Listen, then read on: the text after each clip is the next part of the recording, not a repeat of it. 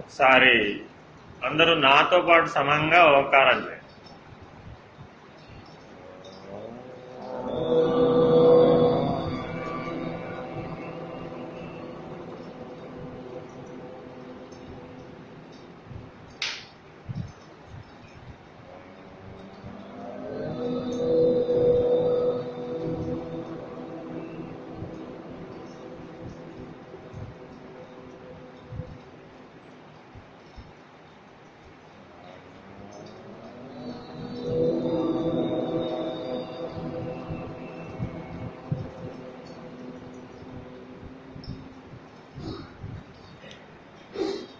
దయాళుం గురుం బ్రహ్మనిష్టం ప్రశాంతం సమారాధ్య భక్త్యా విచార్య స్వరూపం అహం బ్రహ్మవృత్యైకగమ్యం తురీయం పరం బ్రహ్మ నిత్యం తదేవాహమస్మి.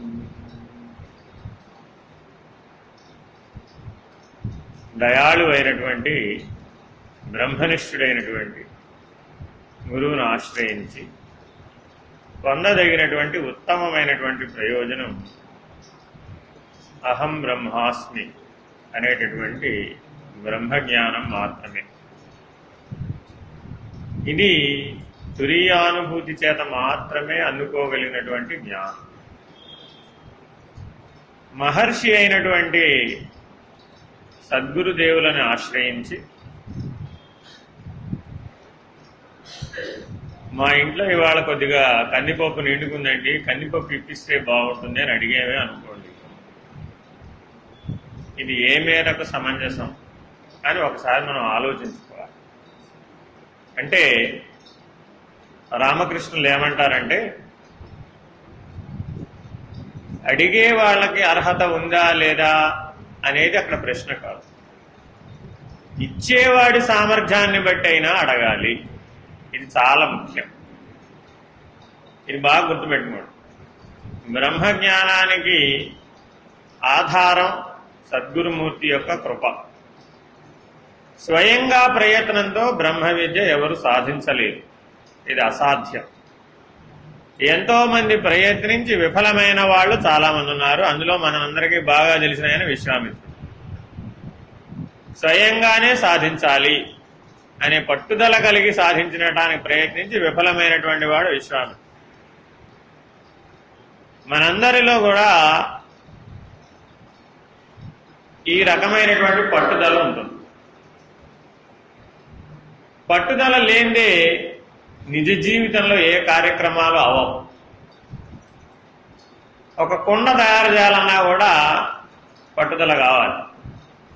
ఎందుకనంటే మట్టి తొక్కాలి, బాగా జిగురు వచ్చేటట్టుగా దాన్ని తొక్కిన తర్వాత చక్రం మీద పెట్టి తిప్పాలి, బాగా ఒక ఆకారం వచ్చేటట్టుగా దానికి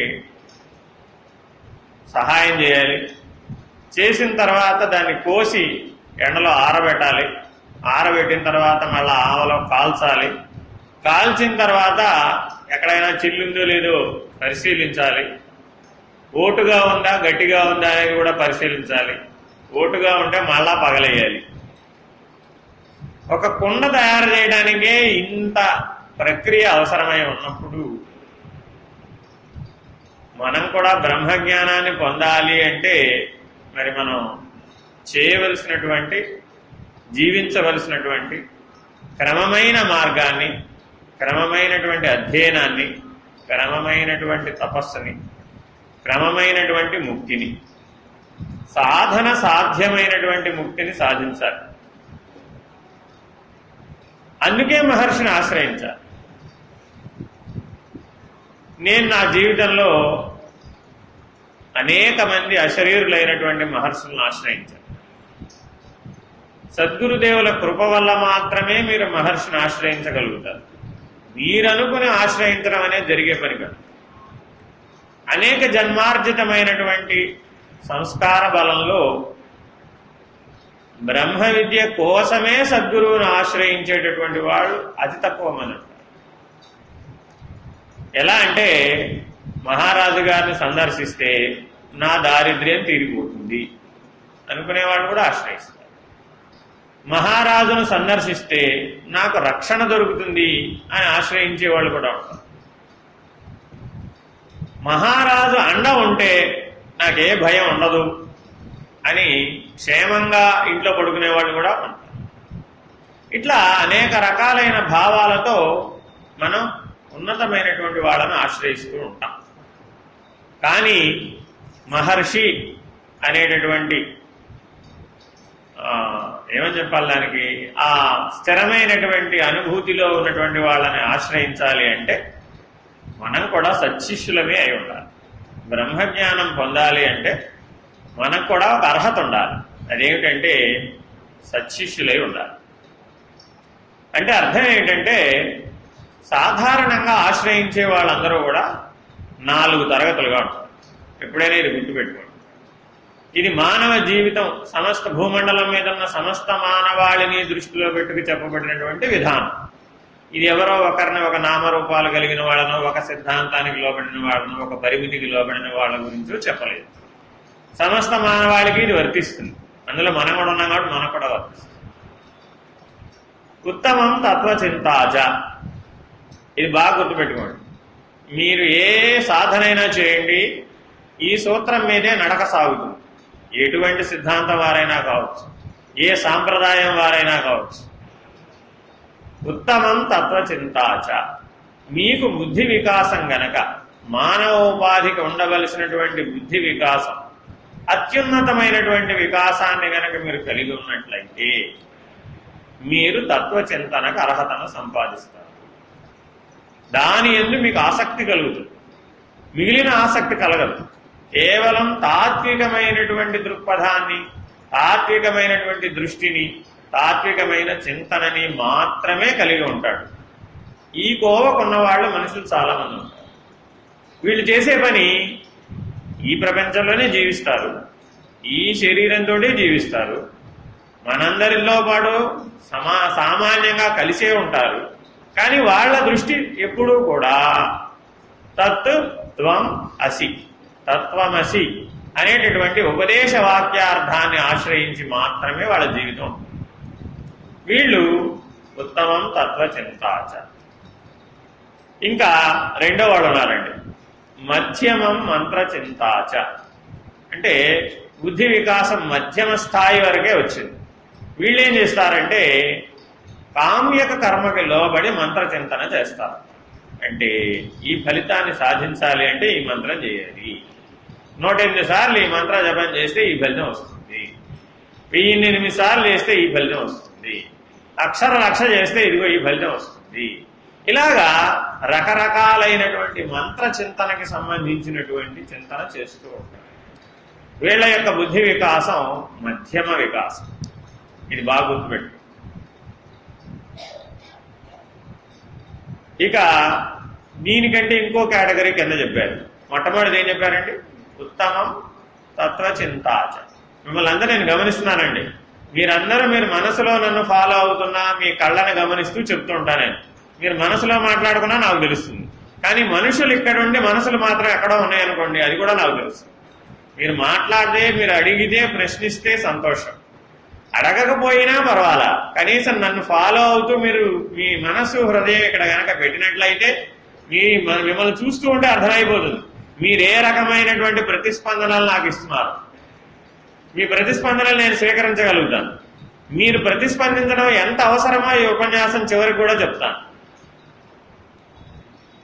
నేను మొదటే చెప్పాను, ఉపన్యాసం కంటే గోష్ఠి అనేటటువంటి పద్ధతినే సరి అయినటువంటి తత్వ విచారణ మార్గంగా భావిస్తాను. ఎందుకనేది కూడా మీకు చివరికి అర్థమైపోతుంది. ఉత్తమం తత్వచింతాచ, మధ్యమం మంత్రచింతాచ, అధమం శాస్త్రచింతాచ. ఇంకో కేటగిరీ అయినటువంటి బుద్ధి వికాసం ఉందండి.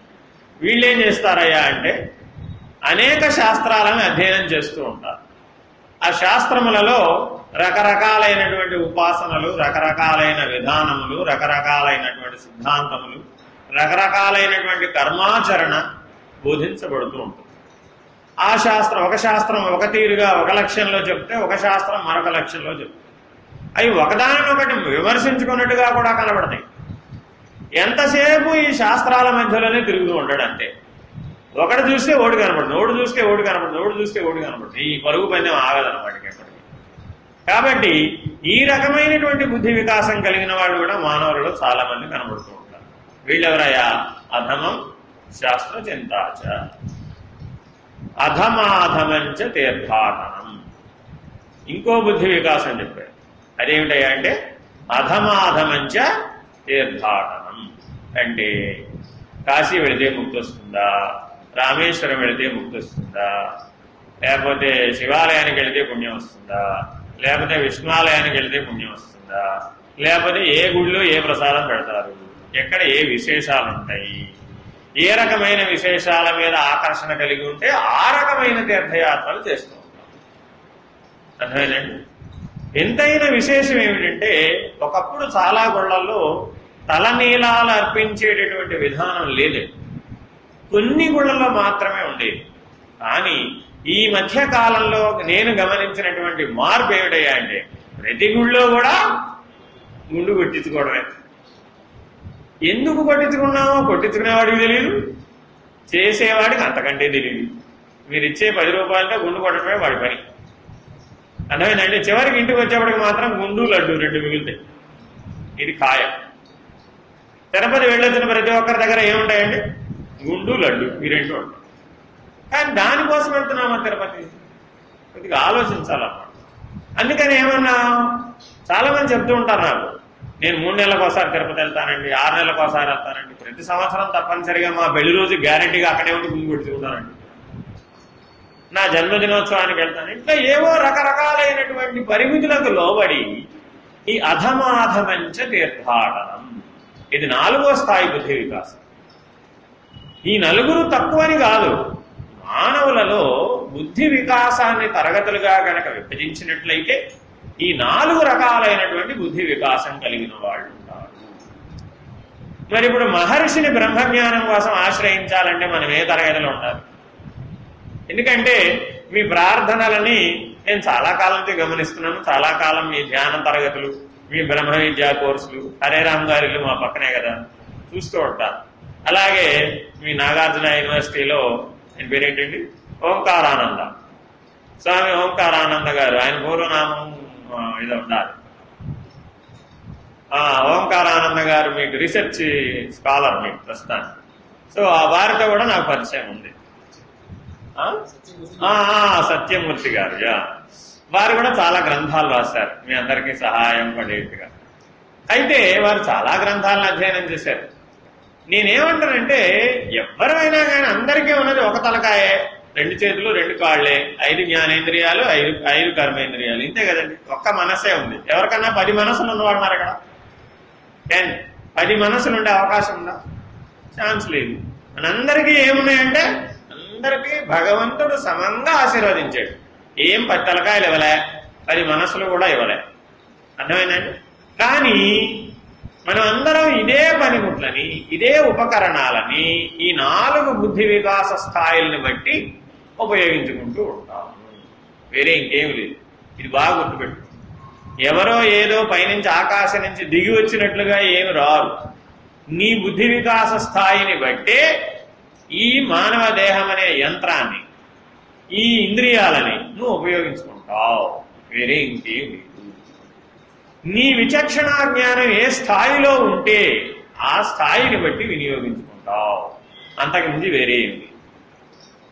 మనమంతా జీవితం అంతా ఏం చేస్తామంటే ఈ పరిస్థితికి కారణం ఎవరు అని ఒక ప్రశ్న వేసుకుంటాం అనుకోండి. ఎవరని వస్తుంది? భగవంతుడు అని వస్తుంది. మనమని రాదు. ఈ పరిస్థితి ఎవరు కల్పించారా నీకు? ప్రపంచం అందరూ ఎవరి వైపు చూపెడతారండి? వాడు. ఎందుకని? వాడు కర్త. ఈ సృష్టి మొత్తానికి ఎవరండి వాడు? వాడు కర్త. నువ్వు చేయలేదుగా. కొన్ని మనం చేసామని చెప్పుకుందామా మన పేరు మీద? మన వల్ల అసలు మట్టి కుండ తయారు చేయడమే వీలు కావడం. ఇంకా మనం సృష్టిని ఏం తయారు చేస్తాం? మన వల్ల ఏ పని కాదు. కాబట్టి ఈ సృష్టి మొత్తానికి కరణం, కారణం, కర్త వాడెవడండి? కరణం, కారణం, కర్త. 3 వాడే. ఎవడు వాడు? ఆ ఓడున్నాడు పైన వాడు. అర్థమైందండి? కరణం, కారణం, కర్త. నేను మాట్లాడే వాటిల్లో చాలా వరకు మీకు అర్థమయ్యే పదాలే ఉంటాయి. ఒకవేళ ఏమైనా అర్థం కాకపోతే అడగండి, ఏం తప్పులేదు, నేను దాన్ని వివరించి చెప్తా. కరణము అంటే పనిముట్టు, బాగా గుర్తుపెట్టుకోండి. కరణం అంటే కరణాల మున్సబులు కాదు. కరణం అంటే పనిముట్టు. అర్థమైందండి? కారణం అంటే చెప్పగలరు ఎవరైనా? భగవంతుడికి 3 స్థితులు ఉన్నాయి. ఒకటేమిటి? కరణం. రెండోది ఏంటి? కారణం. మూడోది ఏమిటి? కర్త. ఈ 3 భగవంతుడే. కరణం, కారణం, కర్త. కరణం అంటే ఏమిటి చెప్పాను? పనిముట్టు. కారణం అంటే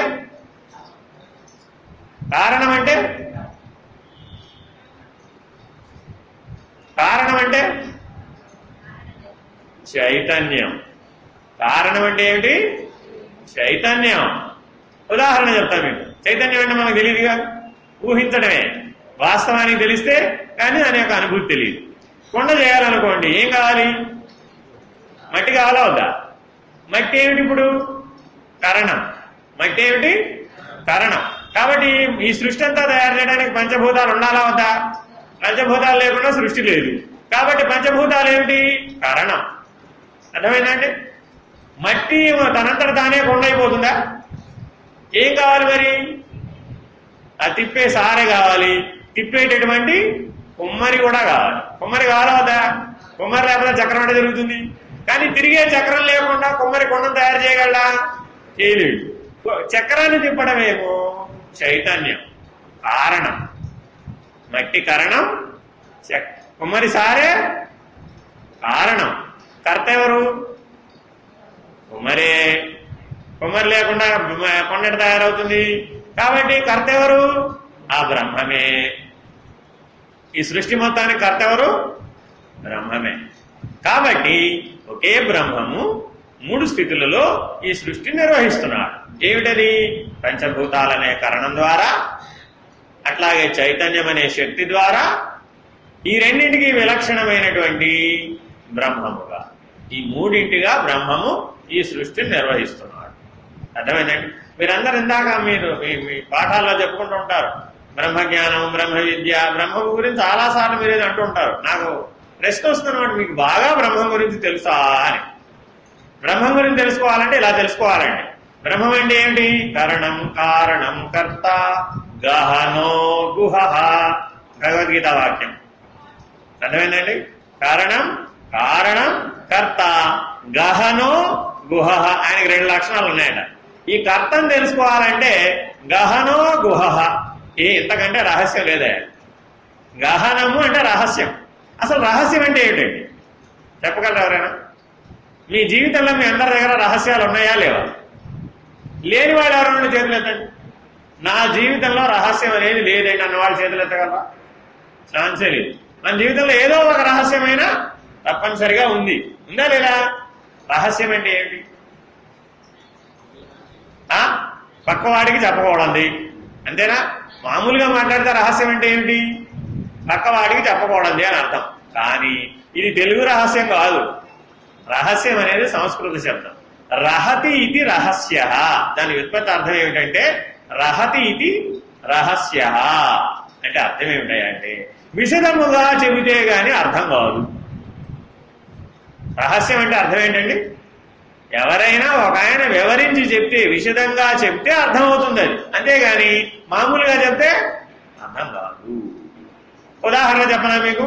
మీ అందరికీ కొండ గుహలు బాగా తెలుసా తెలీదా? తెలుసా? ఎంతకాలం ఉన్నారు కొండ గుహల్లో?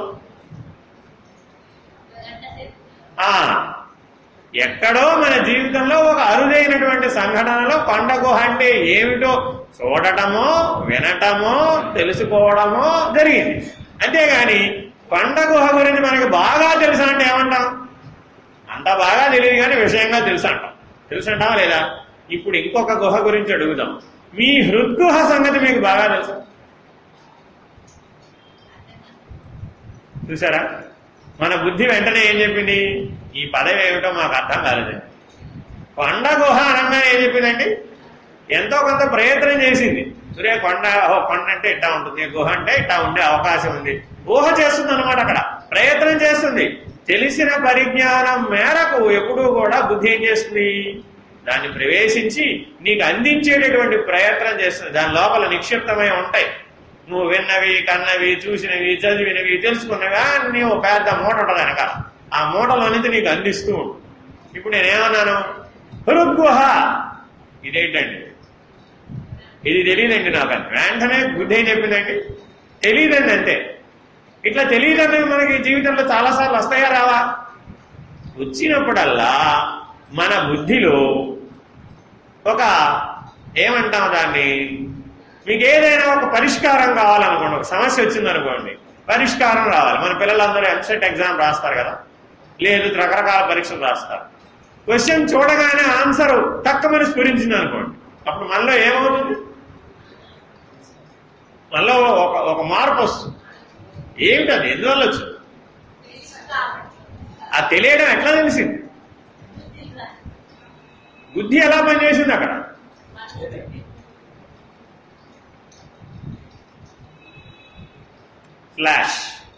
ఫ్లాష్ అయిందండి, ఆన్సర్ ఫ్లాష్ అయింది. ఒక ఫ్లాష్, ఫోటో తీస్తే ఎలా ఫ్లాష్ అవుతుందో మీ బుద్ధిలో కూడా ఏమవుతుంది, ఆన్సర్ వచ్చేటప్పుడు అలా ఫ్లాష్, ఒక ప్రకాశం విస్తరిస్తుంది మీ బుద్ధిలో. తెలియదు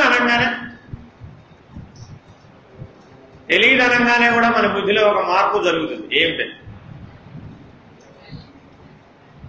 చీకటి. పరిష్కారం తెలిస్తేనేమో ఒక ఫ్లాష్, ఒక వెలుతురు వస్తుంది అనమాట మన బుద్ధిలో. అది చైతన్య ప్రకాశం అనమాట. ఆ చైతన్యం ఆ పనిముట్టులో తన యొక్క శక్తి అంతా వినియోగిస్తుంది అనమాట. వెంటనే నీకు అక్కడ ఆ ప్రకాశం అలా ఫ్లాష్ అవుతుంది. వెంటనే బుద్ధిలో నుంచి మనసులోకి, మనసులో నుంచి ఇంద్రియాల్లోకి, ఇంద్రియాల్లో నుంచి చేతలోకి టకటక పని జరిగింది. అవునా కదా? ఇది మీ అందరికీ మీ నిజ జీవితంలో అనుభవమే. పరీక్ష రాసేటప్పుడు బుర్ర తనుకుంటుంటాడు, ఇది తెలుసు రాదు. కాసేపట్లో ఏమైపోతాడండి, తక్కువని ఫ్లాష్ అవుతుంది. ఫ్లాష్ అవ్వగానే ఏమవుతుంది, టక్ రాశారు. అప్పటిదాకా ఏమైపోయాడు? ఆ ఫ్లాష్ అయినటువంటి సందర్భంలో మనలో చైతన్య బలం ఆ బుద్ధి బలంలో వేగంగా పనిచేస్తుంది.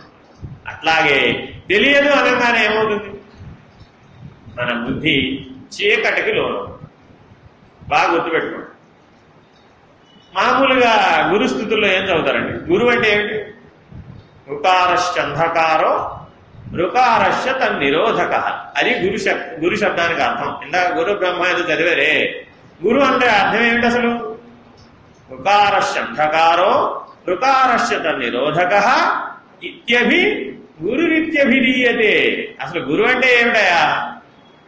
అజ్ఞానాంధకారాన్ని పోగొట్టే ప్రకాశమే గురువు. ఎక్కడున్నాడు వీడు? ఎక్కడున్నాడండి? మన ఇంట్లో దేవుడి మందిరం తలుపులు తీస్తే ఉంటాడా? ఉన్నాడా? మరి ఎక్కడ ఉంటాడు? దేవాలయంలో గర్భగుడిలో తలుపులు తీస్తే ఉంటాడా? ఉన్నాడా? మరి ఎక్కడున్నాడు?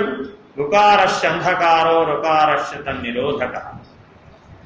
ఆయన పని ఒకటే పనిట, ఇంకేం పని లేదు ఆయనకి. ఏమిటి? సకల మానవుల యందు ఉన్నటువంటి అజ్ఞానాంధకారాన్ని తొలగించడం మాత్రమే ఆయన పని. ఇంకే వీళ్ళు పనులు లేవు ఆయన. కానీ మనం గురువు గారి దగ్గరకు వచ్చి ఏమడుగుతున్నాడు?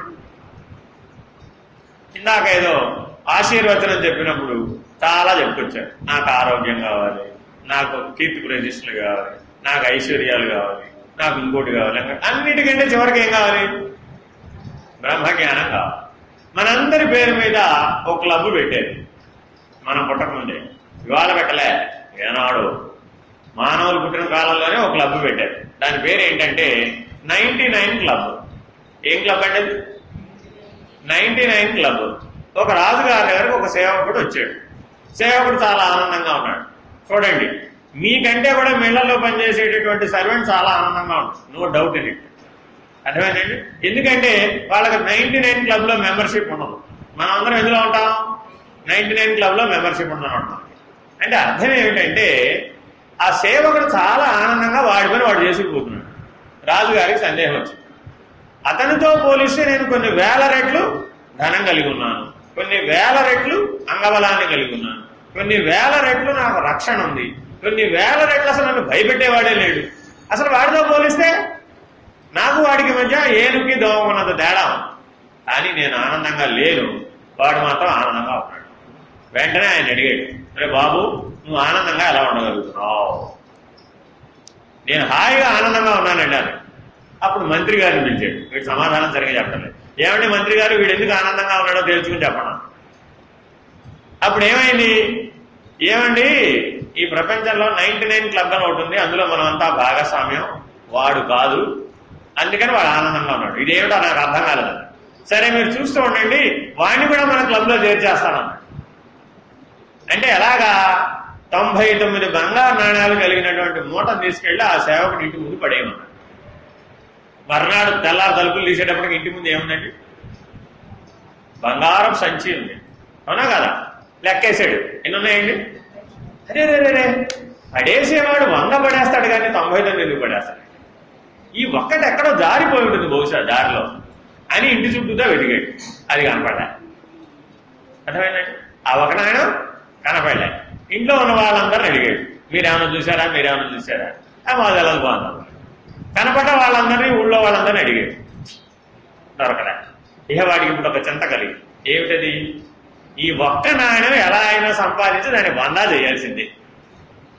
అర్థమైందండి? ఇక వాడు రాత్రింబగళ్ళు కష్టపడటం మొదలుపెట్టాడు. కానీ దృష్టి ఎక్కడ పెట్టాడు?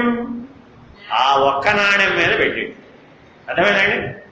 కొంతకాలం అయింది, మళ్ళీ రాజుగారి దర్శనం కలిగింది. వాడిలో ఇదివరకు ఉన్న ఆనంద లక్షణం కాస్త పోయింది. ఏమైందిరా నీకు అన్నాడు. ఏమిటోనండి, ఏమైందో నాకైతే తెలియదు కానీ ఉన్న ఆనందం మాత్రం పోయింది. అర్థమైందా? మనం అందరం ఏ క్లబ్లో ఉన్నాం? ఈ 99 క్లబ్లో. ఇది బాగా గుర్తుపెట్టుకోండి. ఈ ఉపమానం ఎందుకు చెప్తున్నానంటే, నిజానికి మాట్లాడితే మన భారతదేశం వరకే తీసుకున్నాం కాసేపు, ప్రపంచం అంతా అక్కడ. మన దగ్గర 120 కోట్ల మంది మానవులు ఉన్నారు. వాళ్ళలో భోజనం లేని వాళ్ళకంటే మనం బెటర్గానే ఉన్నాం లేదు? మనందరికీ భోజనం ఉందా లేదండి? ఉందా? ఎష్యూర్డ్ భోజనం.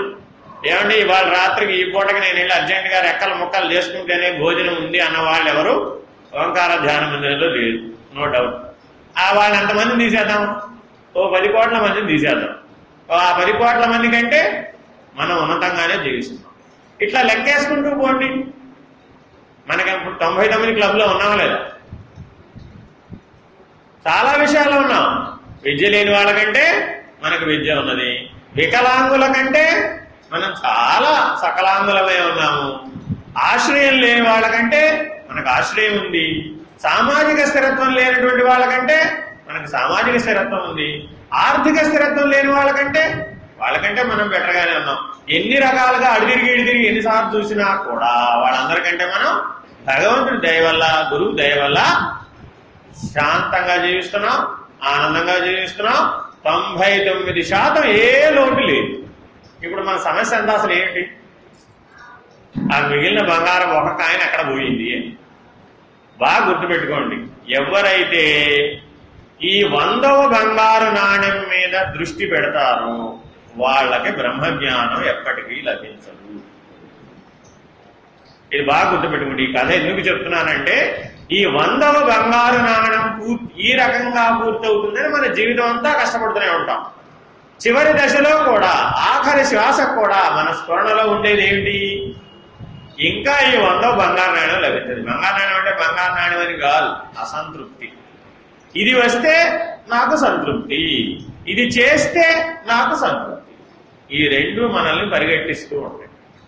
ఎప్పుడు గుర్తుపెట్టుకోండి, ఇది వస్తే నాకు సంతృప్తి, ఇది చేస్తే నాకు సంతృప్తి. అది రాదు అసంతృప్తి, అది చెయ్యవు అసంతృప్తి. ఈ అసంతృప్తిలో జీవితం ఖర్చు అయింది. ఎవరైతే ఈ 100వ బంగారు నాణ్యం మీద దృష్టి పెడతారో వాళ్ళకు ఒక తీవ్ర నష్టం వస్తుంది. ఏమిటయ్యా అంటే, ఆ జీవితంలో వాడు బ్రహ్మజ్ఞానాన్ని అందుకోలేదు. మరి మనం మహర్షిని ఆశ్రయించి ఏం సాధించినట్టు? ఇందాక సత్శిష్యులు అన్న విషయం చెప్పారు. సత్శిష్యులు అంటే ఎవరండి అంటే, ఇందాక మీకు బుద్ధి వికాసానికి నాలుగు స్థితులు భేదాలు, స్థాయి భేదాలు చెప్పారు.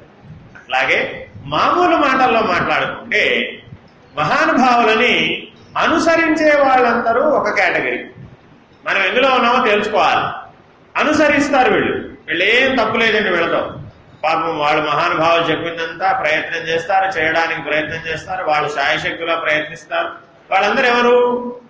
అనుసరిస్తారన్నమాట. వీళ్ళందరూ అనుసరించే వాళ్ళలో ఒక వర్గం. కొద్దిగా వీళ్ళలో పురోగమిస్తారు కొంతమంది. ఆ పురోగమించినటువంటి వాళ్ళు అనుసరించిన స్థాయి నుంచి శిష్యులు అనబడతారు. అంటే అర్థమే వీళ్ళకి వాళ్ళకి తేడా ఏంటి? కొంతమందిని మీరు గమనిస్తే మాటకు ముందు గురువు గారు, మాటకు తర్వాత గురువు గారు అంటాడు. అంటే ఏమైంది? ఆ గురువు చెప్పినటువంటి బోధావాక్యాలు బుద్ధిలో నిలబడ్డాయి. నిలబడి ప్రతి మాటకి గురువాక్యాన్ని ఆశ్రయిస్తూ ఉంటాడు, ప్రతి ఆలోచనకి గురువాక్యాన్ని ఆశ్రయిస్తూ ఉంటాడు, ప్రతి చేతకి కూడా గురువాక్యాన్ని ఆశ్రయిస్తాడు. ఇది గురువు చెప్పిన దాంతో సరిపోతుందా? ఈ ఆలోచన గురువు చెప్పిన దాంతో సరిపోతుందా? ఇది నా లక్ష్యానికి సరిపోతుందా అని విచారణ చేసుకునే మాట్లాడతాడు, అని విచారణ చేసుకునే చేస్తాడు, అని విచారణ చేసుకునే ముందుకు వెళతాడు, లేకపోతే వెళ్ళాడు. అప్పుడేమైంది? అనుసరించే వాళ్ళలో నుంచి వీళ్ళు ఇంకొక కేటగిరీగా మారారు. వీళ్ళు ఎవరంటే వీళ్ళకంటే వీళ్ళు ఉన్నతమైన వాళ్ళు. వీళ్ళు ఒక స్పష్టమైనటువంటి లక్ష్యాన్ని కలిగి ఉంటారు, స్పష్టమైన జీవనాన్ని కలిగి ఉంటారు, స్పష్టమైనటువంటి నడకని కలిగి ఉంటారు, స్పష్టమైన ఆదర్శాన్ని కలిగి ఉంటారు. వీళ్ళెవరు? శిష్యులు. ఇది బాగా గుర్తుపెట్టుకోండి. అనుసరించే వాళ్ళ నుంచి మనం ఏమవ్వాలి? శిష్యులు అవ్వాలి. శిష్యుల స్థాయి నుంచి ఏమవ్వాలి? ఇంకా కొద్దిగా ఉన్నతమైనటువంటి స్థాయికి వస్తారు వీళ్ళు. వీళ్ళెవరయ్యా అంటే సత్శిష్యులు, మూడో కేటగిరీ. వీళ్ళని సత్శిష్యులు అంటారండి. ఈ సత్శిష్యులు గురువు యొక్క హృదయాన్ని అర్థం చేసుకుంటారు. గురువు ఏం చెప్పారో కాదు, గురువు మౌనం కూడా వాళ్ళకి ఉపదేశమే. గురువు యొక్క హృదయాన్ని అర్థం చేసుకోగలిగే సమర్థులై ఉంటారు. ఇది సాధ్యమా? అసలు హృదయాన్ని అర్థం చేసుకోవడం సాధ్యమా? మనసును అర్థం చేసుకోవడమే పెద్ద కష్టంగా ఉంది, హృదయాన్ని ఎట్లా అర్థం చేసుకుంటాం? అంటే మనం ఎక్కడైనా పొరపాటు ఏం చేస్తున్నామంటే హృదయాన్ని అర్థం చేసుకునే పనిలో పడితే మనసు అర్థం అవ్వడం అనేది 0 వాట్ బల్బు లాంటిది. సూర్యప్రకాశాన్ని మనం తెలుసుకున్నట్లయితే 0 వాట్ బల్బును తెలుసుకోవడం కష్టమా? కాబట్టి హృదయ ప్రకాశం ఎటువంటిది? సూర్యప్రకాశం అంటే స్వప్రకాశం. మనసు అనేది ఎటువంటిది? 0 వాట్ బల్బు లాంటిది. అర్థమైందండి? గుడ్డు వెలుగు. కానీ మనం జీవితం అంతా దేనికోసం ప్రయత్నిస్తూ ఉంటాం? భార్య గారు భర్త గారి మనసు తెలుసుకోవడానికి ప్రయత్నిస్తుంది, భర్త గారు భార్య గారి మనసు తెలుసుకోవడానికి ప్రయత్నిస్తారు. లేదంటే మీ బాస్ మనస్తత్వాన్ని తెలుసుకోవడానికి సేవకుడు ప్రయత్నిస్తాడు, సేవకుడిని ఇబ్బంది పెట్టకుండా ఉండాలని బాస్ ట్రై చేస్తాడు.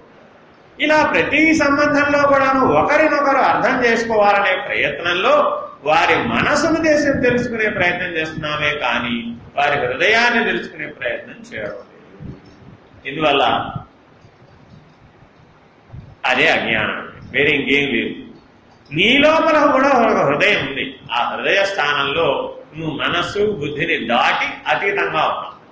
నువ్వు నీ హృదయ స్థానంలో ఉండటం ఎలాగో తెలుసుకుంటే తప్ప నువ్వు గురు హృదయాన్ని అర్థం చేసుకుని అనుసరించలేవు. ఎవరైతే శిష్యులలో గురు హృదయాన్ని అనుసరించి ఆ గురు హృదయం ప్రకారం ఆ జ్ఞాన మార్గ సూత్రాన్ని, గురు హృదయంలో ఏముంటుందండి? నా గురువు అంటే ఏమర్థం చెప్పాను? రుకారశ అంధకారో రుకారశ తన్నిరోధక. కాబట్టి ఆయన సమస్త మానవాళికి అజ్ఞానాంధకారాన్ని పోగొట్టేటటువంటి పనిలో మాత్రమే ఉంటాడు. ఆ పనిలో భాగస్వామ్యం ఎవరైతే తీసుకుంటారో, ఈశ్వరాజ్ఞ ప్రకారం గురువు ఆజ్ఞ ప్రకారం దైవీ ప్రణాళికలో భాగం ఎవరైతే తీసుకుని తమ జీవితాన్ని దానికోసం ఖర్చు చేస్తారో, ఇప్పుడు వాళ్ళు ఏమయ్యారు? గురువు హృదయాన్ని పట్టుకున్నారు. వాళ్ళు అంటే గురువు చేతిలో పనిముట్టుగా ఉన్నారు. వాళ్ళు ఈశ్వరుడి చేతిలో పనిముట్టుగా ఉన్నారు. వాళ్ళని వాస్తవానికి నడపగలిగేటటువంటి సమర్థత, శక్తి, చైతన్యం అంతా వాళ్ళ దగ్గర చూస్తుంది. వాడి సొంతం ఏం అక్కర్లే వాడికి. అసలు ఈ మూడో స్థాయి వాడికి ఈ ప్రకృతిలో ఏ పనికి కూడా వాడు ప్రపంచం మీద ఆధారపడడు. ఎవరి దగ్గరికి వెళ్ళి చేయి చాచడు, ఎవరిని ఏమీ అర్థించడు. వాడి జీవితంలో జరగవలసిన పనులన్నీ వాటంతట అవే జరుగుతాయి. ఏమండి, ఇంతగా మీరు మా చెవిలో క్యాలీఫ్లవర్ పూలు పెడతారండి, ఎట్లా వస్తుందండి? పొరపాటు. ఇదే సత్యం. బాగా గుర్తుపెట్టుకోండి.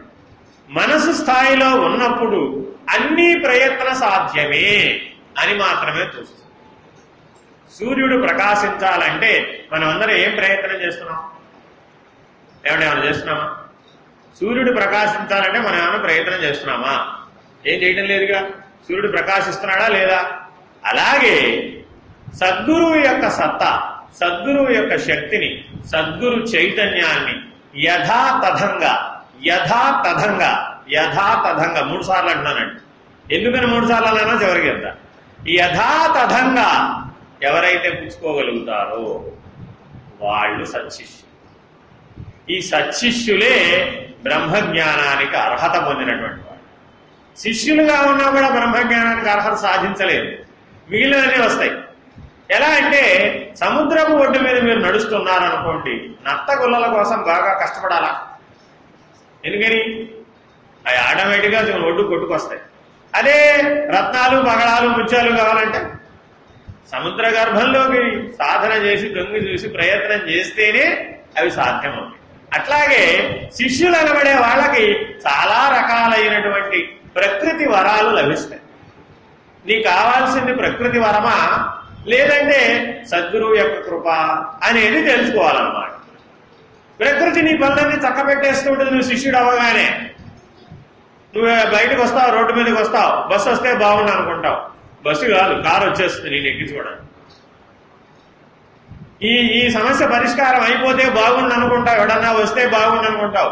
నీకు తెలియకుండానే పరిష్కరించబడిపోయి ఫలితం వచ్చేస్తుంది. ఇదంతా శిష్యులుగా అయ్యేటప్పటికే జరిగిపోతుంది. ఇది ప్రకృతి యొక్క వరదానం. ఇందాక వరదానం అనే మాట అన్నారండి, అది చాలా గొప్ప విషయం. అంటే మీకు అందరికీ వాటి యొక్క అనుభూతి, స్థితి, సిద్ధి అనుభూతిలో ఉంటే మీకు వాటి యొక్క లోతు ఎంతో తెలుస్తుంది. మీరందరూ ప్రార్థిస్తున్నారని మనందరినీ గమనిస్తున్నా.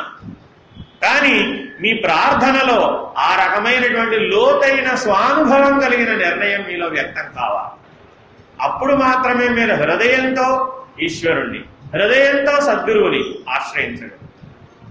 అప్పుడు మాత్రమే మీకు హృద్గుహ అనేది తెలియదు.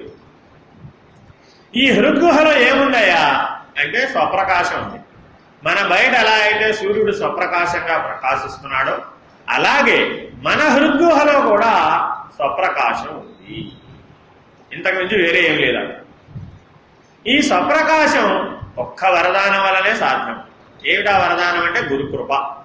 ఇంకేం వీలు కాదు. దీన్ని చూపెట్టాలంటే మిగిలినవేవి పనికిరావు. ప్రకృతి కూడా అసమర్థమే. నీ హృద్గుహలో ప్రకాశిస్తున్నటువంటి స్వప్రకాశాన్ని, స్వరూప జ్ఞానాన్ని తెలియజెప్పాలి అంటే ఒక్క గురుకృపా విశేషం చేత మాత్రమే తెలుసుకోవాలి. ఇక్కడికి ఏమయ్యావు?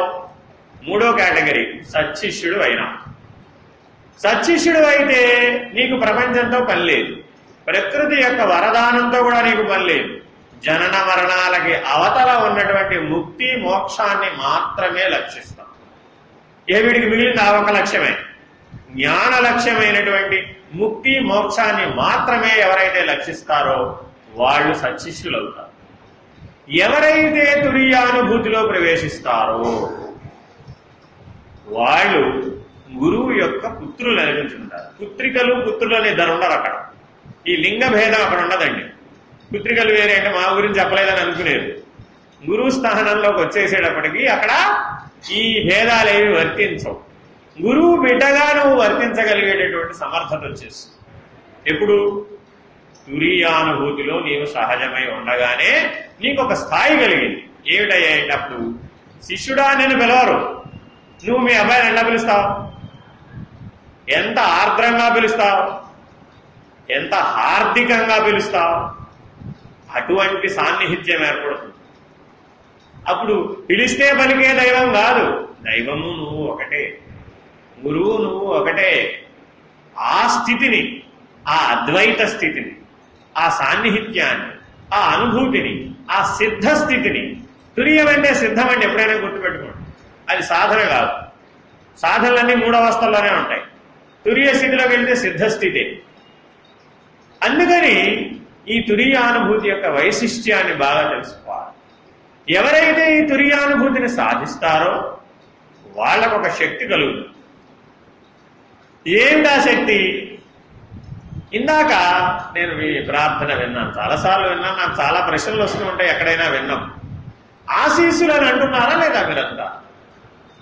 ఆశీర్వదిస్తాం కదా మనం. వివాహానికి వెళ్తే ఏం చేస్తాం? ఆశీర్వచనం అంతేనా? అక్షింతలు వేస్తారా? ఆశీస్సులు ఇస్తారా? అక్షింతలు వేస్తారా? అక్షింతలు ఏంటి అనమాకండి ఎవరిని కూడా, అన్యాయం అనమాట, అధర్మం కూడా. అక్షతలు, శతము కానివి అక్షతలు. అక్షతలు ఎందుకు పసుపే కలపాలి? పసుపు శుభమనే, అంతేనా? ఇంకేముందా? అవి హిరణ్మయ కోశ ప్రతిరూప, ప్రతీకాత్మకమైనటువంటి లక్షణం అన్నమాట. ఆ అక్షతలు తురియ చిహ్నములు.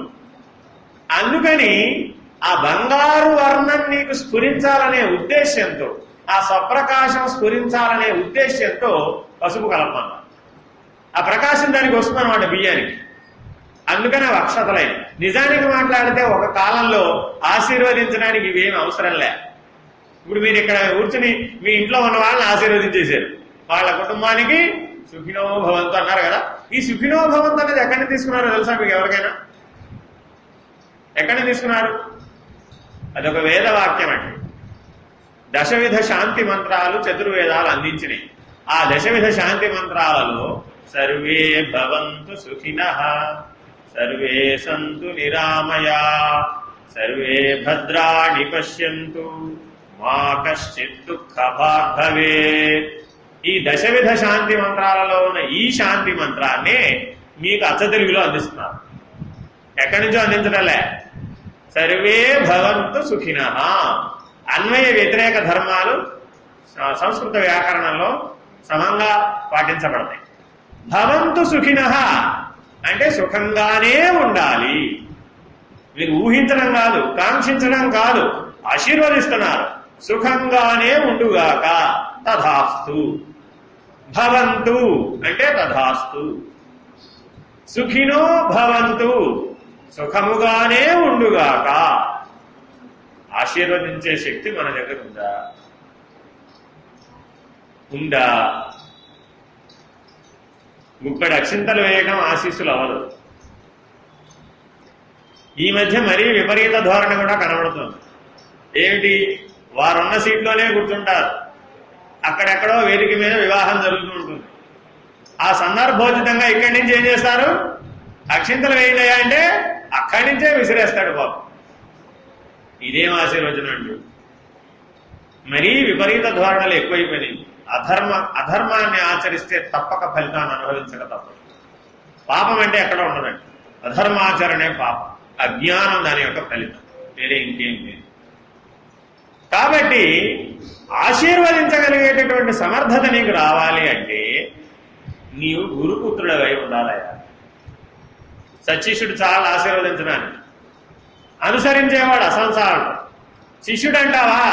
వాడి కామ్యక కర్మలు ప్రకృతి వరదానంతో తీర్చుకోవడానికే వాడి జీవితం సరిపోదు. సత్శిష్యుడు సద్గురు హృదయాన్ని తెలుసుకున్నవాడే, సద్గురు హృదయాన్ని ఆశ్రయించిన వాడే, స్వప్రకాశ జ్ఞానం పొందినవాడే. కానీ ఆశీర్వదించిన సమర్థత లేదు. ఎవరికి ఉందయ్యా? తురీయ అనుభవం ఉన్నవాడికి, బ్రహ్మజ్ఞానం ఉన్నవాడికి, వాడికి మాత్రమే ఆశీర్వదించగలిగే శక్తి. ఇప్పుడు మనం అందరం మహర్షిని ఆశ్రయించి ఏం పొందాలి? బ్రహ్మజ్ఞానాన్ని పొందాలి. మానవ జీవితానికి ఉత్కృష్టమైనటువంటి లక్ష్యం, ఉత్కృష్టమైన సాధన, ఉన్నతోన్నతమైనటువంటి జీవితం ఈ ఒక్క బ్రహ్మజ్ఞానం వల్లనే సాధ్యం. మిగిలిన వాటి వల్ల సాధ్యం. మిగిలినవన్నీ తాత్కాలికములు, అశాశ్వతములు. తాత్కాలిక సుఖ దుఃఖాల వైపు పరిగెట్టించి ఆ పెను సుడిలో పడేస్తాయి. బాగా గుర్తుపెట్టుకోండి. ప్రియం అప్రియం ఈ రెండు చాలా పెద్ద వల. ఆ వలలో చిక్కుకుంటే, మీకు ఒక చిన్న ఉదాహరణ చెప్తా. మనం జీవితం మొత్తం మీద ఉదయం లేచింది మొదలు రాత్రి నిద్రపోయే వరకు కూడా ఎలా ఉండాలనుకుంటాం? ఎలా ఉండాలనుకుంటాం? ఎవరైనా సరే ఇవాళ పుట్టిన మొదటి 1వ రోజు పుట్టిన శిశువు దగ్గర నుంచి మొదలు తీసుకోండి, ఆఖరి శ్వాస విడిచిపెట్టేట మరణశయ్య మీద ఉన్నవాడి వరకు కూడా తీసుకోండి, మెలకువ నుంచి నిద్ర వరకు కూడా తీసుకోండి. ప్రతి ఒక్కరూ దేనికోసం జీవిస్తున్నాం? సుఖంగా ఉండాలి. ఆనందం మనకి తెలియదు, తెలుసా? ఎలా తెలుసో ఎలా తెలీదో చూద్దాం. సుఖం అంటే మన దృష్టిలో ఏంటి? బాగుంది, శారీరకం లేదు, ఏమీ లేదు. బాగుందంటే సుఖం, బాగులేదంటే అసుఖం. దుఃఖం కాదది, అసుఖం. సుఖం లెక్క లేమి. బాగుందంటే ఏమిటి? సుఖం.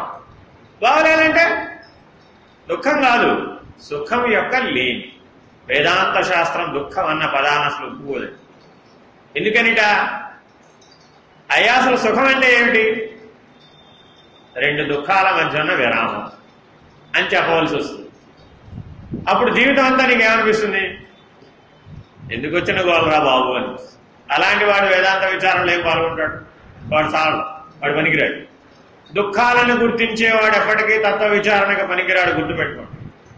నీకు జీవితంలో ఎంతకాలం అయితే వేదనాభరితమైనటువంటి పరిస్థితులు, వేదనాభరితమైనటువంటి జ్ఞాపకాలు, ఆశలు, ఆశయాలు, ఆసక్తులు మాత్రమే గుర్తుకొస్తూ ఉన్నాయో నువ్వు బ్రహ్మజ్ఞానానికి పనికిరావు.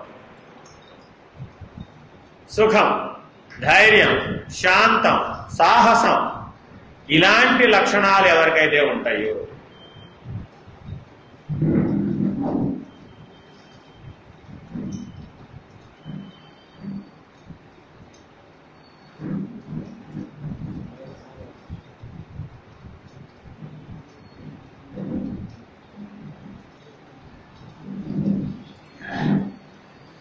ఎవరైతే ఈ సుఖము, ధైర్యము, సాహసము, శాంతము ఇలాంటి లక్షణాలను కలిగి ఉంటారో, దయ, కరుణ ఇలాంటి దైవీ లక్షణాలను నిజ జీవితంలో ఆశ్రయించి జీవిస్తారో వాళ్ళు మాత్రమే వేదాంత విద్యకు అర్హులు. జీవితం అంతా దుఃఖభాజనము, దుఃఖమయము, నేనేం చేయలేను, నిరాసక్తత ఇలాంటి వాడు అసలు ఈ తత్వ విచారణకు పనికిరాడు. వాడు ఎంతసేపు ఆ టీ కప్పులో తుఫాన్ ఎదుర్కోవడానికే జీవితం సరిపోదు. అది టీ కప్పులో తుఫాన్ అని వాడికి ఎప్పటికీ తెలియదు. నిజ జీవితంలోనే సునామీ వచ్చినట్టు టీ కప్పులో తుఫానికే కంగారు పడిపోతూ ఉంటాడు. ఇంకా మరణాన్ని ఏం ఎదిరిస్తాడు? కాబట్టి జనన మరణాలు ఏ అజ్ఞానం చేత సంభవిస్తున్నాయో, ఏ సుఖాపేక్ష వల్ల సంభవిస్తున్నాయో, ఏ జీవభావం వల్ల సంభవిస్తున్నాయో ఆ జీవభావాన్ని పోగొట్టుకునే ప్రయత్నం చేయడమే ఉత్తమమైన సాధన. అదే బ్రహ్మ విద్య.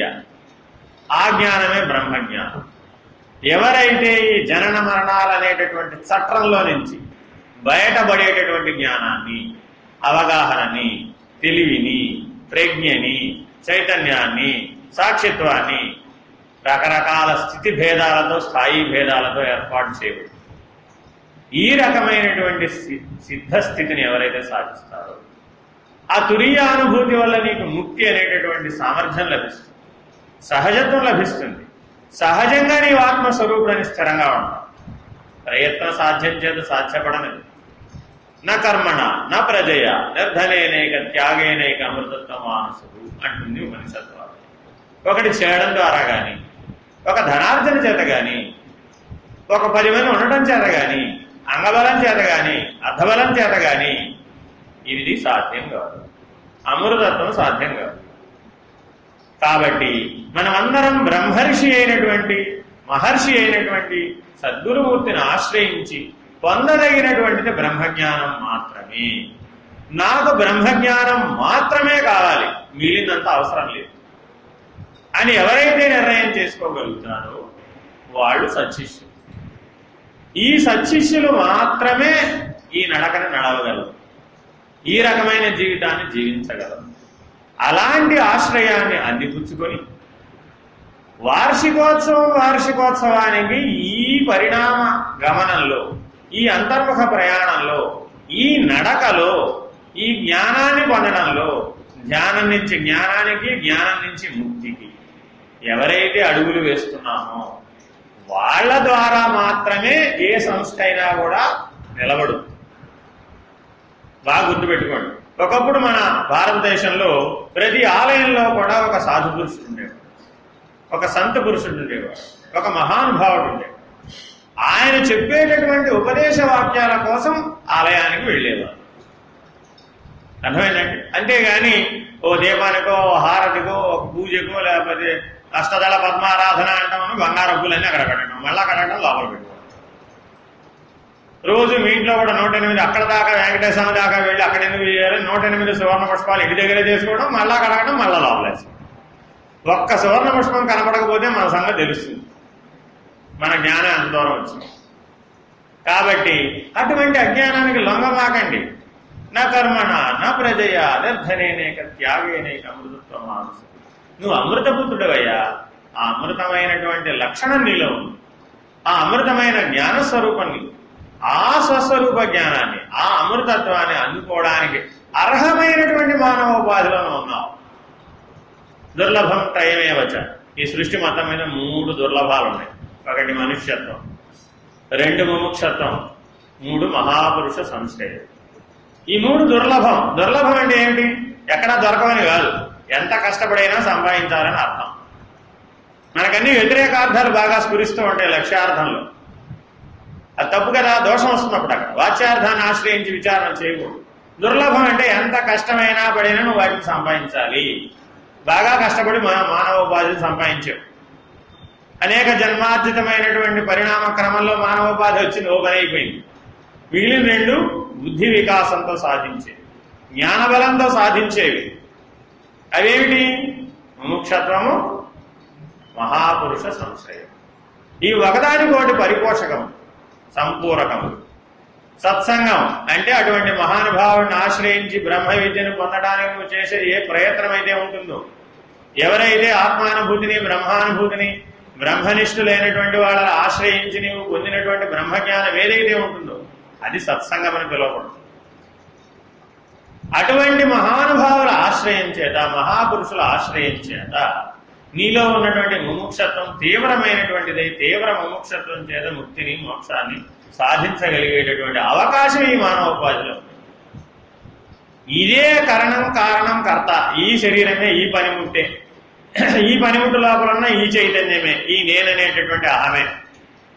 ఈ ఆకార భ్రాంతిని విడిచిపెట్టినటువంటి లక్షణాన్ని కనుక నువ్వు పొందినట్లయితే, ఆ అమృతత్వాన్ని అందుకోవాలి అంటే మనలో నిరంతరాయంగా జాజ్వల్యమానంగా ప్రకాశిస్తున్నట్లయితే అప్పుడు నువ్వు సద్గురువును బ్రహ్మజ్ఞానం కోసం, ముక్తి కోసం, మోక్షం కోసం, జనన మరణాలు అనేటటువంటి చట్రంలో నుంచి బయటపడడానికి మాత్రమే ఆశ్రయిస్తాం. అలా ఆశ్రయించినటువంటి ఆశ్రయమే నిజాశ్రయం అని పిలువబడుతుంది. అటువంటి వైరాగ్యమే నిజ వైరాగ్యం అని పిలువబడుతుంది.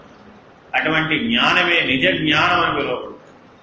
అటువంటి గురువే నిజమైనటువంటి గురువుగా పిలువబడుతుంది. కాబట్టి ఇటువంటి ఉత్తమమైనటువంటి జీవితాన్ని, ఉత్తమమైనటువంటి లక్ష్యాన్ని సాధించడానికి మహర్షుల యొక్క ఆశీర్వాదమును అభిలషిస్తూ అందరికీ నమస్కారం.